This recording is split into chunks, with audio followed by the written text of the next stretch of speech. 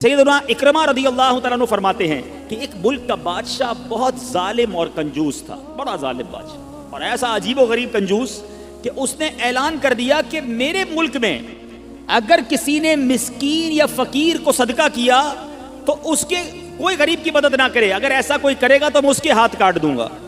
یعنی خود غریب کی مدد بھی نہیں کرنی اور پورے ملک میں بھی کوئی غریب کی مدد نہ کرے۔ بڑا عجیب و غریب اعلان تھا۔ اچھا جناب، اب ایک خاتون تھی، لوگ تو خوف سے ڈر گئے تھے، کوئی صدقہ نہیں دے رہا تھا، کوئی خیرات نہیں دے رہا تھا۔ ایک دن فقیر مجبور ہو کر ایک عورت کے پاس آیا اور کہا مجھے اللہ کے راہ میں کچھ دو، میں بہت بھوکا ہوں، کھانے کے لیے کچھ نہیں۔ وہ عورت نے بھی بادشاہ کا اعلان سنا ہوا تھا، وہ بھی ڈری ہوئی تھی، اس نے بھی صدقہ دینے سے اس نے سوچا کہ صدقہ دوں گی تو میرے بھی ہاتھ کٹ جائیں گے، لیکن فقیر نے کہا مجھے اللہ عز و جل کی رضا کی خاطر کچھ تو کھانے کو دے دو۔ وہ التجا کرتا رہا، آخر اس عورت کے دل میں رحم آ گیا، اس عورت نے اس فقیر کو صدقہ دے دیا، کھانے کو دے دیا۔ اب 2 روٹیاں دی اسے کھانے کو، فقیر روٹیاں لے کر دعائیں دیتا ہوا چلا گیا۔ بادشاہ کو پتہ چل گیا کہ ملک میں ایک ایسی عورت ہے جس نے کسی فقیر کو صدقہ دیا۔ اس نے اپنے بندے بھیجے اور اس خدا ترس رحم دل عورت کے دونوں ہاتھ کاٹ دیے گئے، اس کے دونوں ہاتھ کٹ گئے۔ اب میٹھے اسلامی بھائیوں، کچھ عرصے کے بعد بادشاہ نے اپنی والدہ سے کہا کہ مجھے اپنی مملکت کی سب سے حسین لڑکی سے شادی کرنی ہے۔ اس کی ماں نے جب معلومات کروائی تو پتہ چلا پورے ملک میں ایک لڑکی سب سے زیادہ حسین ہے، مگر اس میں ایک خامی یہ ہے کہ اس کے دونوں ہاتھ نہیں ہیں۔ اس نے بادشاہ سے کہا، بادشاہ نے لڑکی کو دیکھا، اسے پسند آئی، اس سے شادی کر لی اور وہ عورت اب ملکہ بن گئی۔ جس نے 2 روٹیاں صدقہ کی، ہاتھ کٹ گئے، اب وہ بادشاہ کی زوجہ بن گئی۔ بڑی زندگی آرام سے گزرنے لگی، مگر ایک اور امتحان اس کی زندگی میں باقی تھا۔ پھر کیا ہوا کہ ایک کیونکہ اور بھی اس کی بیویاں تھیں بادشاہ کی، نئی نویلی دلہن کے ساتھ بادشاہ بہت وقت گزارتا، بڑی نوازشات کرتا، دوسری جو بیویاں تھیں وہ حسد کرتی تھیں۔ ایک مرتبہ بادشاہ طویل عرصے کے لیے ملک سے باہر گیا تو بادشاہ کی بیویوں کو اچھا موقع ملا، انہوں نے بادشاہ کو خط میں لکھا کہ تمہارے پیچھے تمہاری جو بیوی ہے، نئی دلہن جو ہے، وہ برے کام کرتی ہے، اس کا کردار اچھا نہیں۔ بادشاہ نے بغیر کسی تحقیق کے حکم دے دیا کہ میری بیوی کو اٹھایا جائے اور جنگل میں پھینک دیا جائے، محل سے نکال کر جنگل میں پھینک دو۔ اب وہ عورت جنگل میں پہنچ گئی، بیابان جنگل تھا، اس کا ایک بیٹا بھی ہو گیا تھا بادشاہ سے۔ اب اتنی دیر میں میرے میٹھے اسلامی بھائیوں، وہ عورت اس جنگل میں نہر میں پانی پینے کے لیے جھکی تو اس کے ہاتھ سے وہ بچہ بھی پانی میں گر گیا، زور زور سے رونے لگی، بچہ بھی پانی میں ہے، دونوں ہاتھ بھی نہیں ہیں، پکارے تو کسے پکارے؟ اچانک 2 خوبصورت نوجوان آئے، انہوں نے کہا آپ کیوں رو رہی ہیں؟ کہا میرا بچہ پانی میں چلا گیا ہے۔ اس نے فوراً اس نوجوان نے آگے جا کر اس بچے کو پانی سے نکالا، کہا اور آپ کو کچھ چاہیے تو بتائیے، کوئی اور آپ کی خواہش ہو تو بتائیے، کچھ اور آپ دعا کرنا چاہیں تو۔ اس عورت نے کہا کہ میرے ہاتھ مجھے واپس مل جائیں۔ ان نوجوانوں نے دعا کی، اللہ تعالیٰ نے دونوں ہاتھ بھی اسے واپس کر دیے۔ اب ان نوجوانوں نے اس عورت کو کہا کہ آپ جانتی ہیں ہم کون ہیں، ہم دونوں کون ہیں؟ تو عورت نے کہا میں تو نہیں جانتی، البتہ یہ معلوم ہے آپ کی برکت سے میرا بچہ بھی مل گیا، میرے ہاتھ بھی واپس آ گئے۔ وہ 2 نوجوان کہتے ہیں ہم تیری وہی 2 روٹیاں ہیں جو تو نے غریب سائل کو دی تھی۔ صدقہ اللہ کی راہ میں خرچ کرنا کب کہاں کام آتا ہے۔ اس عورت کو 2 روٹیوں کے بدلے 20 روٹیاں نہیں ملیں، حضرت رابعہ بصریہ کو 20 روٹیاں ملی تھیں۔ ہو سکتا ہے کوئی کیلکولیشن کرنے والا کہے یار میں 1000 روپے دوں گا 1 لاکھ روپے مل جائیں گے، نہیں ملے، مگر اس کو ہاتھ واپس مل گئے، بچہ واپس مل گیا۔ کیا معلوم مجھ پر اور آپ پر کوئی بلا آنے والی ہو، کوئی مصیبت آنے والی ہو، کوئی بیماری آنے والی ہو، اگر اللہ کی راہ میں صدقہ دیں، کسی غریب کی مدد کریں اور اس کے دل سے دعا نکلے اور اللہ کریم ہم سے وہ مصیبت کو ٹال دے تو اے میرے میٹھے اسلامی بھائیوں، حضرت منصور بن عمار رحمۃ اللہ تعالی علیہ ایک روز واز فرما رہے تھے تو کسی حقدار نے 4 درہم کا سوال کیا، کوئی غریب تھا، مسکین تھا، اس نے 4 درہم کا سوال کیا تو آپ رحمۃ اللہ تعالی علیہ نے اعلان کیا کہ جو اس کو 4 درہم دے گا میں اس کو 4 دعائیں دوں گا۔ آپ نے، اللہ کے ولی تھے، آپ نے فرمایا جو اس کو 4 درہم دے گا میں اس کو 4 دعائیں دوں گا۔ اس وقت ایک غلام گزر رہا تھا، خود بھی غریب تھا، مگر اللہ کے ولی کی ایک ایسی شاندار آواز سنی کہ 4 دعائیں ملیں گی، تو اس نے کیا کیا، اپنے پاس اس کے 4 درہم تھے وہ اس نے غریب کو دے دیے، اس سائل کو دے دیے۔ تو حضرت نے کہا کہ اب بتاؤ کون سی 4 دعائیں کروانی ہیں؟ کہ حضرت پہلی دعا تو کر دیں کہ میں غلامی سے آزاد کر دیا جاؤں، غلام ہوں، غلامی سے میری آزادی ہو جائے۔ نمبر 2، مجھے ان درہم کا بدلہ بھی مل جائے، 4 درہم دے تو دیے, مجھے اس کا بدلہ بھی مل جائے. تیسری دعا حضور یہ کر دیں مجھے اور میرے آقا کو توبہ نصیب ہو جائے. چوتھی دعا یہ کر دیں کہ میری, میرے آقا کی, آپ کی اور تمام حاضرین کی بخشش ہو جائے. 4 بڑی پیاری دعائیں کروا لی اس نے جناب. اب آقا کے پاس جب وہ غلام پہنچا تو آقا کہتا اتنی دیر کیوں ہو گئی, کدھر رہ گئے تھے بھائی, کہیں کام سے بھیجا تھا, اتنا لیٹ؟ کہتا ہے حضور ایسا ایسا ماجرا ہوا, راستے میں حضرت منصور اللہ کے ولی وہ کہہ رہے تھے جو 4 درہم دے دے میں 4 دعائیں کروں گا. میں نے تو 4 درہم دی اور 4 دعائیں کروا کے آیا ہوں. کہا اچھا بتاؤ دعائیں کون سی تھیں, پہلی دعا بتاؤ. کہا حضور میں نے پہلی دعا تو کی کہ اللہ مجھے غلامی سے آزاد کر دے. آقا کہتا ہے جا تو غلامی سے آزاد ہے. پہلی دعا فوراً قبول ہو گئی نا, پہلے آقا کو دعا سنائی, آقا کہتا ہے جا تو غلامی سے آزاد. کہا بتا دوسری دعا کون سی کروا کے آیا؟ کہا حضور دوسری دعا میں نے یہ کی کہ جو 4 درہم میں نے دیے ہیں مجھے اس کا بدلہ مل جائے. غریب آدمی تھا ظاہر ہے. تو آقا نے کہا کہ میں نے تجھے 4 درہم کے بدلے 4000 درہم دیے. ارے بھائی واہ بھائی. تیسری دعا بتا کون سی کروا کے آیا؟ کہا حضور تیسری دعا میں نے کی کہ مجھے اور میرے آقا کو گناہوں سے توبہ کی توفیق نصیب ہو. یہ سنتے ہی آقا واقعی آقا تھا, اس کی زبان پر استغفار جاری ہو گیا, کہنے لگا یا اللہ میں اپنے پچھلے سارے گناہوں سے توبہ کرتا ہوں. کہا بتا چوتھی دعا کیا کروائی تھی؟ کہا حضور چوتھی دعا یہ تھی کہ آپ کی یعنی میرے آقا کی, میری اور تمام حاضرین اجتماع کی مغفرت ہو جائے. یہ سن کر آقا نے کہا 3 باتیں تو میرے اختیار میں تھی, وہ میں نے کر لی, چوتھی میرے ہاتھ میں نہیں ہے. مغفرت کرنا تو اللہ کا کام ہے نا. اسی رات آقا نے خواب میں کسی کہنے والے کو سنا کہ جو تمہارے اختیار میں تھا وہ تم نے کر دیا, اور میں ارحم الراحمین ہوں, میں نے تمہیں, تمہارے غلام کو, منصور بن عمار کو اور تمام حاضرین کو بخش دیا ہے. کیا بات ہے, کیا بات ہے, سبحان اللہ. ہیں یہ میرے پیچھے اسلامی بھائیوں یہ واقعہ جو ہے یہ کتنی زبردست موٹیویشن ہے کہ ہمیں نہیں پتا ہوتا کسی غریب کی مدد کر کے, کسی محتاج کی مدد کر کے, کسی پریشان حال بندے کی مدد کر کے ہم کبھی کبھی ایسی دعا لے لیتے ہیں کہ ہمیں اندازہ بھی نہیں ہوتا, اور وہ ایسی دعا دے دیتا ہے کہ بگڑی بن جاتی ہے, مشکلیں ٹل جاتی ہیں. یہ دعائیں لینے والے بنیے, اللہ کی راہ میں خرچ کریں گے. آج واقعی میں صحیح بتا رہا ہوں, تو یہ بعض اوقات ایک کیفیت ہوتی ہے انسان کی کہ جب انسان کسی کی مدد کرتا ہے یا کوئی ایسا کام کرتا ہے جس سے کسی کے دل سے دعا نکلتی ہے. اور یہ تو اللہ کے ولی تھے نا, انہوں نے ہاتھ اٹھا کر یہ 4 دعائیں کی. تو سیکھنے کو یہ ملا کہ بعض اوقات اللہ کی راہ میں خرچ کر کے ہم وہ حاصل کر سکتے ہیں جو برسوں میں حاصل نہیں کر سکتے. وہ نعمتیں, وہ برکتیں حاصل ہو جاتی ہیں, وہ پریشانیاں دور ہو جاتی ہیں. کیونکہ روایتوں کا مضمون ہے کہ صدقہ بیماریوں کو ٹالتا ہے, صدقہ برائی کے 70 دروازے کو بند کرتا ہے, صدقہ بلا کو نیچے نہیں اترنے دیتا. ایک بڑی بات یاد رکھیے گا, ہمیں نہیں پتا ہوتا, ہم صبح اٹھتے ہیں مثال کے طور پہ اور کوئی بلا آنے والی ہوتی ہے. حدیثوں کا مضمون ہے جب انسان صدقہ دیتا ہے نا تو بلا اوپر سے اترتی ہے, صدقہ جا کے اسے روک لیتا ہے, انٹرسیپٹ کرتا ہے, اور یہ لڑائی جاری رہتی ہے. صدقہ بندے پر بلا اترنے نہیں دیتا. اب بعض اوقات کیا ہوتا ہے, کئی لوگ ہوں گے جو بیانات بھی سنتے ہیں, کتابوں میں بھی پڑھتے ہیں کہ اللہ کی راہ میں 1 خرچ کرو 10 ملتا ہے. اب وہ ہو سکتا ہے مسجد میں ڈبے میں 100 روپے ڈالیں اور شام دکان پہ انتظار کر رہے ہوں کہ ابھی تک 1000 روپے بنے نہیں ہیں. مولانا صاحب نے تو کہا تھا 1 کا 10 ہو جائے گا. کسی فقیر کو 10 روپے دیے, انتظار کر رہے ہیں, 100 روپے کہاں ہے بھائی, ملٹی پلائی بائی 10 ہو کے ملنا چاہیے تھا. تو ہم صرف مالی فائدہ سوچ رہے ہیں. میں آپ سے پوچھنا چاہتا ہوں, آپ نے اللہ کی راہ میں خرچ کیا 1000 روپے, 10,000 روپے یا 1 لاکھ روپے, اور اب آپ منتظر ہیں کہ ملٹی پلائی ہو جائے. لیکن کیا معلوم آپ کے گھر میں آگ لگنے والی تھی, کیا معلوم آپ کا روڈ پر ایکسیڈنٹ ہونے والا تھا, کیا معلوم آپ کا بچہ جو باہر کھیل رہا تھا اس پر کوئی خطرناک بلا آنے والی تھی. مگر آپ نے جو صدقہ دیا اس سے وہ بلا ٹال دی گئی. مجھے بتاؤ وہ 1000 کا 10,000 ہونا اچھا تھا یا ہم پر اتنی بڑی بلا کا ٹلنا اچھا تھا؟ تو ہمیشہ اللہ کی راہ میں صدقہ دیجئے, آپ یقین کریں آپ خوشحال ہو جائیں گے, آپ کی مشکلیں آسان ہوں گی. مگر دوبارہ وہی بات کروں گا کہ نیت اچھی ہو. صدقہ دیتے وقت, خرچ کرتے وقت, کسی کی مدد کرتے وقت احسان نہ جتانا. یاد نہیں تجھے تیرے بچے کی شادی میں نے کرائی تھی, بھول تو نہیں کیا قرضہ میں نے دیا تھا, ہاں تو ریڈی لگاتا تھا, میں نے تجھے جناب دکان کا کرایہ دیا تھا. یہ احسان جتا کر تو صدقہ ضائع ہو جائے گا. یا ایھا الذین آمنوا لا تبطلوا صدقاتکم بالمن والاذی, اے ایمان والو اپنے صدقے ضائع نہ کرو احسان جتا کر, تکلیف پہنچا کر. تو کچھ لوگ صدقہ دیتے بھی ہیں, مدد کرتے بھی ہیں, پھر ساری زندگی جتا رہے ہوتے ہیں. تو یہ بربادی ہے, یہ نہ کریں.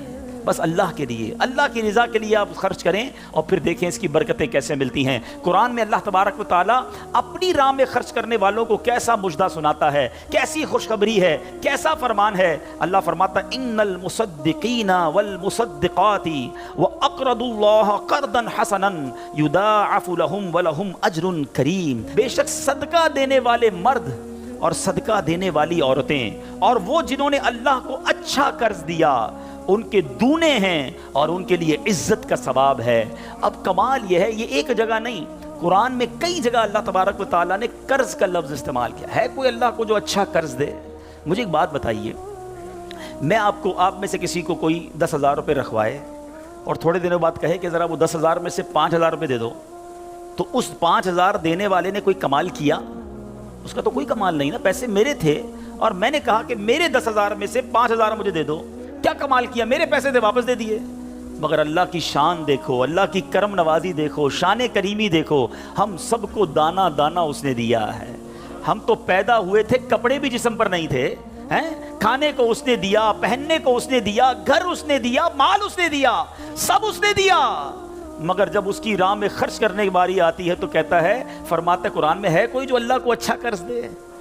اللہ کا مال ہے، ہم نے کیا کمال کرنا تھا؟ ہم خرچ کرتے، وہ کچھ بھی نہ دیتا اس کے بدلے پھر بھی اسی کا مال تھا، مگر مہربانی دیکھو، مال بھی وہ دیتا ہے، توفیق بھی وہ دیتا ہے، خرچ کریں تو ثواب بھی وہی دیتا ہے، عطا بھی وہی کرتا ہے۔ اور علماء نے بڑی زبردست اس میں ڈیبیٹ کی ہے، مفسرین نے بحث کی ہے کہ جناب ان آیتوں میں قرض کا لفظ کیوں لایا گیا؟ اللہ اکبر۔ فرمایا جب آپ اور میں، دنیا میں بندہ کسی کو قرضہ دیتا ہے نا تو امید ہوتی ہے یہ قرضہ واپس ملے گا، اگر امید نہ ہو تو پھر یہ قرض نہیں ہے، پھر تو تحفہ ہو جائے گا نا۔ آپ کسی کو تحفہ دے دیں تو آپ کو پتہ یہ واپس نہیں آئے گا، لیکن قرضہ دیتے وقت آپ طے کرتے ہیں کتنے دنوں میں دو گے، کب دو گے، کیسے لوٹاؤ گے، تھوڑی بندہ معلومات بھی کرتا ہے، یار قرضہ دے رہا ہوں واپس ملے گا نہیں ملے گا۔ تو قرض کے جب بھی لفظ لون آئے گا، قرض آئے گا، اس کا مطلب یہ کہ یہ واپس ملنا ہے۔ تو اللہ نے قرآن نے گویا وعدہ فرما لیا ہے کہ تم جو میری راہ میں خرچ کرتے ہو، یہ اللہ کو قرض دینا ہے، یہ تمہیں واپس ملے گا، یہ لوٹایا جائے گا اور زیادہ دیا جائے گا۔ تو ہمیں اللہ کی راہ میں خرچ کرتے وقت یہ ذہن رکھنا چاہیے۔ سبحان اللہ۔ اب بانٹنے سے کیا گھٹتا ہے؟ بڑی خوبصورت حدیث پاک ہے، ذرا سمجھیے گا۔ ایک بار حضرت عائشہ صدیقہ رضی اللہ تعالی عنہا سے مروی ہے کہ اہل بیت نے، نبی پاک کے گھر والوں نے ایک بکری ذبح کی اور پیارے آقا علیہ الصلوۃ والسلام تشریف لائے، بکری ذبح کی اور انہوں نے کچھ تقسیم بھی کر دی۔ حدیث کا مضمون ہے، نبی پاک آئے اور ارشاد فرمایا کہ اے عائشہ کیا بچا ہے؟ بکری کو کاٹا تھا، تقسیم کی، کیا بچا ہے؟ عرض کی گئی کہ حضور کاندھے کے سوا کچھ نہیں بچا ہے، کاندھے کا گوشت بچا لیا گیا ہوگا، باقی بانٹ دیا۔ نبی پاک نے ایک جملے میں ساری بات سمجھا دی، اگر آپ سمجھ جائیں۔ آقا نے فرمایا عائشہ کاندھے کے سوا سب بچ گیا ہے۔ بات آ رہی ہے سمجھ میں؟ کہا کیا گیا؟ حضور کاندھا بچ گیا ہے، کاندھے کے سوا کچھ نہیں بچا، اور نبی پاک نے فرمایا کاندھے کے سوا سب بچ گیا ہے، یعنی جو بٹ گیا ہے وہ بچ گیا ہے۔ یہ ذہن بنا لو کہ آج میں نے اور آپ نے جو اللہ کی راہ میں خرچ کیا وہی بچا ہے، ورنہ باقی تو ہم کھا کے ختم کر دیں گے نا۔ اگر ہم مر جائیں گے تو یہ پیسے تو بچوں کے وراثت میں چلے جائیں گے۔ میرے لیے کیا بچا ہے؟ میرے لیے وہی بچا ہے جو میں نے آگے بھیج دیا ہے، جو بانٹ دیا ہے، جو خرچ کر دیا ہے۔ عقل اگر آ جائے ہمیں، اللہ کرے کہ ہمیں اس بات کی سمجھ آ جائے کہ آج اگر خوشحالی ہے، آج اگر مال جیب میں ہے، بینکوں میں پڑا ہے، گھر خالی پڑے ہیں، یہ خالی پڑے رہ جائیں گے اور میں دنیا سے چلا جاؤں گا۔ اگر میں چاہتا ہوں یہ آخرت کے اکاؤنٹ میں جمع ہو جائیں، میں یہ پیسہ لے کر جنت میں جاؤں اور اس پیسوں کے بدلے جنت کی نعمتیں کما لوں، تو مجھے یہاں یہ اللہ کی راہ میں خرچ کرنا پڑے گا۔ اور یہ بات میں نہیں کہہ رہا، آپ اور میں یہاں رہنے والے بھی، یہاں بھی کمیٹی ڈالی جاتی ہوگی، BC ہوتی ہوگی، یہ تھوڑے تھوڑے پیسے جس میں جمع ہوتے ہیں اور وقت پر مل جاتے ہیں، انسان کمیٹی ڈالتا ہے کہ یار کبھی برے وقتوں میں کام آئے گی، بچی کی شادی میں کام آئے گی، ایسا ہوتا ہوگا نا آپ کے یہاں بھی۔ اب میں آپ کو حدیث قدسی سناتا ہوں، حدیث قدسی ہے جس کا مضمون ہے اے ابن آدم اپنا مال میرے پاس جمع کرا دے۔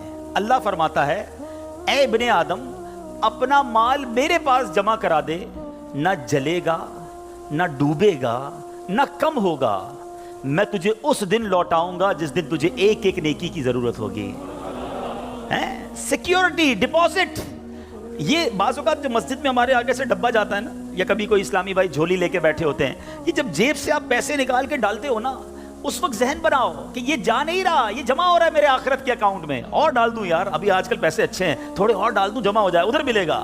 تو جب بھی آپ کے دن اچھے ہوں، یقین کریں جب آپ کے ہاتھ کھلا ہو، آپ کو لگتا ہے یار اللہ نے بڑا نوازا ہوا ہے، تو فوراً آخرت کے لیے سوچیں۔ جیسے ہی زیادہ پیسے آتے بندہ سوچتا ہے نا یار آج کل اچھے پیسے ہو گئے، کوئی اچھی جگہ پر گھر لے لیتے ہیں، چلو بچوں کو لے کے کہیں سیر کرانے جاتے ہیں۔ آپ اپنے پیسے کو دنیا میں انجوائمنٹ کے لیے جب یوز کر رہے ہیں تو اسی پیسے کو آخرت کی انجوائمنٹ کے لیے، آخرت کی لگزریز کے لیے، آخرت کی نعمتوں کے لیے استعمال کرنے کا ذہن بنائیں اور دیتے چلے جائیں۔ میں یہاں ایک مشورہ بھی دینا چاہوں گا بالخصوص میرے بزرگوں کو، اللہ نے جن کو نوازا ہے، بلکہ میں کہتا ہوں تھوڑے پیسے بھی ہیں نا، یہ میرا مشورہ یاد رکھ لو۔ اور یہ امیر علیہ سنت نے ایک بار مدنی مذاکرے میں بھی فرمایا تھا۔ ہم نے الحمدللہ تحدیث نعمت کے لیے عرض کرتا ہوں، الحمدللہ میری والدہ مرحومہ نے، میرے والد صاحب نے، میں نے خود بھی، ہمارے گھر والوں نے، ہم نے اس طریقے پر عمل کیا اور اس کی برکتیں پائی ہیں۔ تو اچھی نیت سے میں آپ کو بتاتا ہوں کہ ہم دیکھیں دنیا میں ہیں، ٹھیک ہے، ہم نے بہت سارے ایسے جنازے پڑھے ہیں، ایسے سویم میں بھی گئے ہیں، 40ویں میں بھی گئے ہیں، اور جا کے ہم نے مرحوم کے بچوں کو کہا ہے کہ دیکھیں آپ کے ابو جان چلے گئے دنیا سے،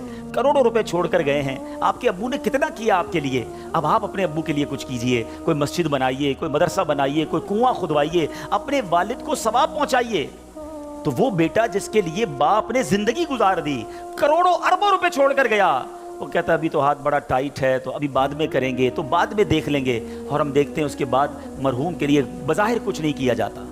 تو آج مجھے اور آپ کو اپنی فکر خود کرنی ہے۔ اگر آپ نے پیسے کمائے ہیں نا، آپ نے مکان بنائے ہیں، آپ نے جائیدادیں بنائی ہیں، تو اپنی فکر خود کیجئے۔ اس کے دو طریقے ہیں، ایک طریقہ اپنی زندگی میں ہی انہوں نے ماشاءاللہ یہ مسجد بنا دی، مدرسہ بنا دیا، بہت اچھی بات ہے، یا تو یہ کر لیں، اور اگر یہ نہیں کر پا رہے تو دوسرا طریقہ بتاتا ہوں جو بڑا آسان ہے، وہ یہ ہے کہ انسان کو شریعت نے یہ اختیار دیا ہے کہ آپ اپنی وصیت کر جائیں، اور وصیت میں 30% آپ وصیت کر سکتے ہیں کہ آپ کے چھوڑے گئے مال میں سے 30% کسی نیکی کے کام میں خرچ کر دیا جائے، آپ کے لیے صدقہ جاریہ کے لیے خرچ کر دیا جائے۔ بھائیوں والا مشورہ ہے، آپ عمل کریں نہ کریں، کہ اگر زندگی میں یہ وصیت کر دیں کہ میرے مرنے کے بعد جو بھی میرا مال بچے گا اس میں سے 30% جو ہے وہ دعوت اسلامی کو یہ کہہ کر دیا جائے کہ میرے لیے صدقہ جاریہ کے لیے مسجد، مدرسہ، جامعہ، کوئی ایسا کام کر دو کہ قیامت تک مجھے ثواب ملتا رہے۔ مجھے بتاؤ مرنے کے بعد آپ کا مال 70% تو بچوں کے لیے بچے گا نا، 30% تو اپنے ساتھ لے جاؤ، اپنی جنت بنا لو۔ ورنہ ہوتا یہ ہے کہ ساری زندگی والد نے محنت کی، محنت کرتے کرتے بوڑھا ہو گیا، لاکھوں کروڑوں روپے کی جائیدادیں چھوڑ کر گیا، اور مرنے کے بعد خاندان میں کوئی ایصال ثواب، کوئی خرچ کرنے کے لیے تیار نہیں ہے۔ تو دو چیزیں یاد رکھیں، ایک تو زندگی ہی میں اپنے لیے ثواب جاریہ والے کام کر لیں۔ اللہ کی رحمت سے دعوت اسلامی ساری دنیا میں مسجدیں بنا رہی ہے، ماشاءاللہ ایسے کئی کام ہو رہے ہیں جو قیامت تک چلنے والے ہیں۔ آپ اپنی زندگی میں اپنے لیے وہ کام کر لیجئے، اور اگر ایسا نہ بھی کر سکیں اور کر بھی لیا ہو تو وصیت کرنے میں تو کوئی حرج نہیں ہے کہ مرنے کے بعد تو میرا مال میرے پاس رہنا ہی نہیں ہے، تو کیوں نہ وہ میرے ساتھ جنت میں مجھے کام آ جائے۔ اور آج بھی صدقہ کیسی کیسی پریشانیوں اور بیماریوں کو دور کرتا ہے، اللہ اکبر۔ ایک اور ایمان افروز واقعہ سناتا ہوں کہ ایک بار حضرت عیسیٰ علیہ نبینا علیہ الصلوۃ والسلام کے زمانے میں ایک دھوبی تھا جو لوگوں کے کپڑے آپس میں تبدیل کر دیتا تھا، یعنی لوگوں کے کپڑے ملا دیتا، لوگ بڑے پریشان تھے اس سے۔ تو لوگوں نے حضرت عیسیٰ علیہ الصلوۃ والسلام کو اس کے متعلق بتایا، تو آپ نے اللہ عز و جل کی بارگاہ میں دعا کی کہ اے اللہ اس کو ہلاک فرما دے۔ اللہ کے نبی نے ایک ایسے شخص کے لیے دعا کی کہ یا اللہ اس کو ہلاک کر دے، تیرے بندے اس سے بڑے پریشان ہیں۔ ایک روز وہ دھوبی بالکل اسی معمول میں نکلا، اس کے پاس 3 روٹیاں تھیں۔ ایک سائل آیا، ایک فقیر آیا، اور اس نے کہا کہ اللہ کے لیے مجھے روٹی دے دو۔ تو آپ نے، اس دھوبی نے ایک روٹی اس سائل کو دے دی۔ سائل نے دعا دی کہ اللہ تعالیٰ تجھ سے آفات سماویہ کا شر دور کر دے، آسمانی بلاؤں کو دور کر دے۔ دھوبی بڑا متاثر ہوا، بڑی پیاری دعا دی، ایک اور روٹی بھی دے دی۔ اس سائل نے دعا دی کہ اللہ تعالیٰ تجھے جملہ آفتوں سے محفوظ رکھے۔ اس نے تیسری روٹی بھی دے دی۔ اب اس سائل نے دعا دی اللہ تجھے توبہ کی توفیق عطا فرمائے۔ اب اس دوران ایک بڑا سانپ اس کی گٹھڑی میں داخل ہو چکا تھا، کیونکہ حضرت عیسیٰ نے دعا کی تھی، اس کو ہلاکت کی۔ ایک بڑا سا سانپ جو ہے اس کی کپڑوں کی گٹھڑی میں داخل ہو چکا تھا۔ جب دھوبی نے کپڑے لینے کا ارادہ کیا تو اس سانپ نے اسے ڈسنا چاہا، ایک فرشتے نے اسی وقت سانپ کو لوہے کی لگام ڈال دی اور دھوبی سلامتی کے ساتھ واپس آ گیا۔ لوگوں نے حضرت عیسیٰ علیہ السلام سے کہا کہ یا روح اللہ آپ نے دعا کی تھی، یہ بندہ تو ایسے ہی ہٹا گھٹا گھوم رہا ہے، بالکل ٹھیک، کچھ مسئلہ ہی نہیں ہوا اس کے ساتھ، سلامت۔ تو آپ نے اس دھوبی کو بلایا، بتا تو نے کون سی ایسی بھلائی کی ہے، میں نے تیری ہلاکت کی دعا کی اور تو بالکل سلامت گھوم رہا ہے۔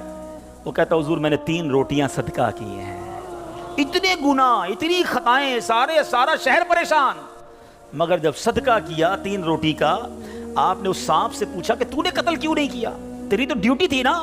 تو سانپ کہتا ہے اے اللہ کے نبی، اللہ نے آپ کی دعا تو قبول فرما لی، مجھے ہلاک کرنے کے لیے بھیج بھی دیا، مگر جب اس دھوبی نے ایک سائل کو صدقہ دیا تو ایک فرشتے نے مجھے لوہے کی لگام ڈال کر روک لیا۔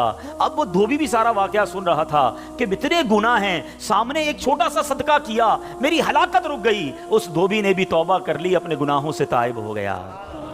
کیا سیکھنے کو ملا؟ صدقہ بلاؤں کو ٹالتا ہے، صدقہ مصیبتوں کو ٹالتا ہے، صدقہ عمر میں برکت لاتا ہے۔ ایک بار حضرت داؤد علیہ نبینا علیہ الصلوۃ والسلام کے پاس ایک شخص تھا، اور وہ حضرت ملک الموت آئے اور اس کو بڑا گھور کے دیکھنے لگے۔ تو تھوڑی دیر کے بعد ملک الموت تو چلے گئے، تو آپ نے اس شخص نے کہا کہ حضور یہ کون تھا جو مجھے گھور رہا تھا؟ آپ نے کہا ملک الموت تھے۔ ملک الموت سے پوچھا کہ تم کیوں گھور رہے تھے؟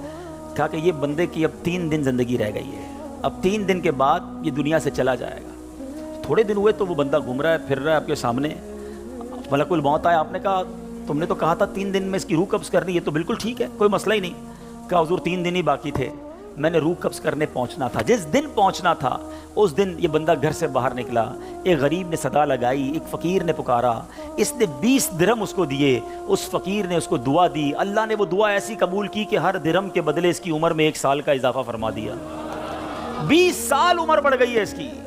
اب ذرا سوچئے میٹھے اسلامی بھائیوں، ایسے کئی واقعات ہیں، کئی باتیں بتا دی جاتی ہیں، کئی باتیں پتہ نہیں ہوتی۔ ہو سکتا ہے ہماری بھی آخری وقت آنے والا ہو، اللہ نے کسی کی دعا سے بڑھا دیا ہو، ہمارا بھی کوئی برا وقت آنے والا ہو، کوئی اللہ نے نیکی کروا دی، ہم بچ گئے ہوں، تو کرتے رہا کرو نیکی، جچاؤ نہ، دکھاؤ نہ، بتاؤ نہ، کرتے رہا کرو۔ اللہ کریم ہے، وہ نیکوکاروں کا اجر ضائع نہیں کرتا، وہ ضرور عطا فرماتا ہے۔ اور کیسے عطا فرماتا ہے؟ ایسے ایسے واقعات ہیں کہ سنے تو ایمان تازہ ہو جاتا ہے۔ مثال کے طور پہ حضرت سیدنا حبیب عجمی رحمۃ اللہ تعالی علیہ کے دروازے پر ایک سائل نے دستک دی، تو آپ کی زوجہ محترمہ جو ہے وہ آٹا گوندھ کے رکھا تھا اور پڑوس سے آگ لینے گئی تھی۔ پہلے زمانے میں لکڑی وغیرہ آگ کے لیے لینی ہوتی تھی۔ آٹا گوندا ہوا تیار تھا، آپ نے وہی آٹا اٹھایا اور اس سائل کو دے دیا۔ آپ کی زوجہ آئیں کہ آٹا کدھر گیا؟ کہ غریب آیا تھا، اس کو ضرورت تھی، میں نے گوندا ہوا آٹا دے دیا۔ بہت اچھا کیا، مگر ہم نے بھی تو کھانا ہے نا، ہمارے لیے تو کچھ نہیں چھوڑا، آپ نے سارا ہی دے دیا۔ اب تھوڑی دیر ہوئی تو کیا ہوتا ہے کہ دروازے پر دستک ہوتی ہے، ایک بندہ ایک بہت بڑا تھال لے کر پکی ہوئی روٹیاں بھی لاتا ہے اور سالن بھی لاتا ہے۔ آپ اپنی زوجہ سے کہتے ہیں دیکھ لو، دیا آٹا تھا، روٹیاں بھی پک کے آ گئیں، ساتھ سالن بھی آ گیا ہے۔ تو یہ بلیف ہوتا تھا، اللہ والوں کا یقین ہوتا تھا کہ یہ خرچ کیا ہے، یہ ملنا ہی ملنا ہے۔ اللہ کرے کہ ہم اللہ کی راہ میں بس خرچ کرنے والے، صدقہ دینے والے، اللہ کی راہ میں دل کھول کر خرچ کرنے والے بن جائیں۔ ڈھونڈیے آپ کے پڑوس میں کوئی پریشان ہوگا، تلاش کیجئے آپ کے رشتہ داروں میں کوئی غریب پریشان ہوگا، آپ کے دوستوں میں پریشان ہوگا۔ اچھا ایک اور بات بتاؤں، جو واقعی صحیح معنوں میں سفید پوش ہوتے ہیں نا، وہ بولتے نہیں ہیں کسی کو۔ آپ کہیں گے یار کسی دوست نے تو کچھ مدد مانگی ہی نہیں ہے، رشتہ دار تو کوئی آیا ہی نہیں گھر پہ، پڑوسی نے تو کبھی کچھ نہیں کہا، وہ کہیں گے نہیں۔ آپ ڈھونڈیے، تلاش کیجئے، جنت میں گھر چاہیے نا۔ مثال دیتا ہوں، آپ کو کوئی یہ کہے کہ جناب کسی پریشان حال کو ڈھونڈ کر 1000 روپے دو اور اس کے بعد فلاں بینک سے 1 لاکھ روپے لے لو، تو پھر پریشان حال فوراً مل جائے گا۔ سیدھا سیدھا ابھی ڈھونڈتا ہوں جناب 1000 کیوں، 2000 دوں گا تو 2 لاکھ نہیں ملیں گے، تو بندہ یہ کہے گا نا۔ تو آپ کو سامنے نفع نظر آئے تو سب پریشان حال بھی مل جائے گا۔ اللہ کے بندوں، جنت میں محل کا وعدہ ہے، ڈھونڈیے نا۔ آپ کے غریب رشتہ دار پریشان ہوں گے، کسی کی بچی کی شادی ہونے والی ہوگی، کوئی بیچارہ گھر میں اچھا کھانا نہیں کھاتا ہوگا، چلے جائیں اس کے گھر اور اس کی کچھ مدد کر کے آئیں۔ اور ایک اور بات بھی بتا دوں، بعض اوقات جب یہ پریشان حالوں کی پریشانیاں دور کرنے کی بات ہوتی ہے نا، تو بندہ سمجھتا ہے یار یہ پیسے سے ہی دور ہوگی، میں تو ہوں ہی غریب۔ تو یہ بھی نہیں ہے، ہر پریشانی پیسے سے دور نہیں ہوتی۔ اگر پریشانیوں کا حل پیسہ ہوتا تو دنیا میں کوئی مالدار پریشانی نہ ہوتا، اس کو پریشانی آتی پیسے خرچ کرتا، پریشانی دور کر دیتا۔ ایسا نہیں ہے، ہر پریشانی کا مداوا، ہر پریشانی کا سولوشن پیسہ نہیں ہے۔ آپ کو یہ نہیں کہا گیا کہ جو مالی مدد کرے گا اسے جنت میں محل دیا جائے گا۔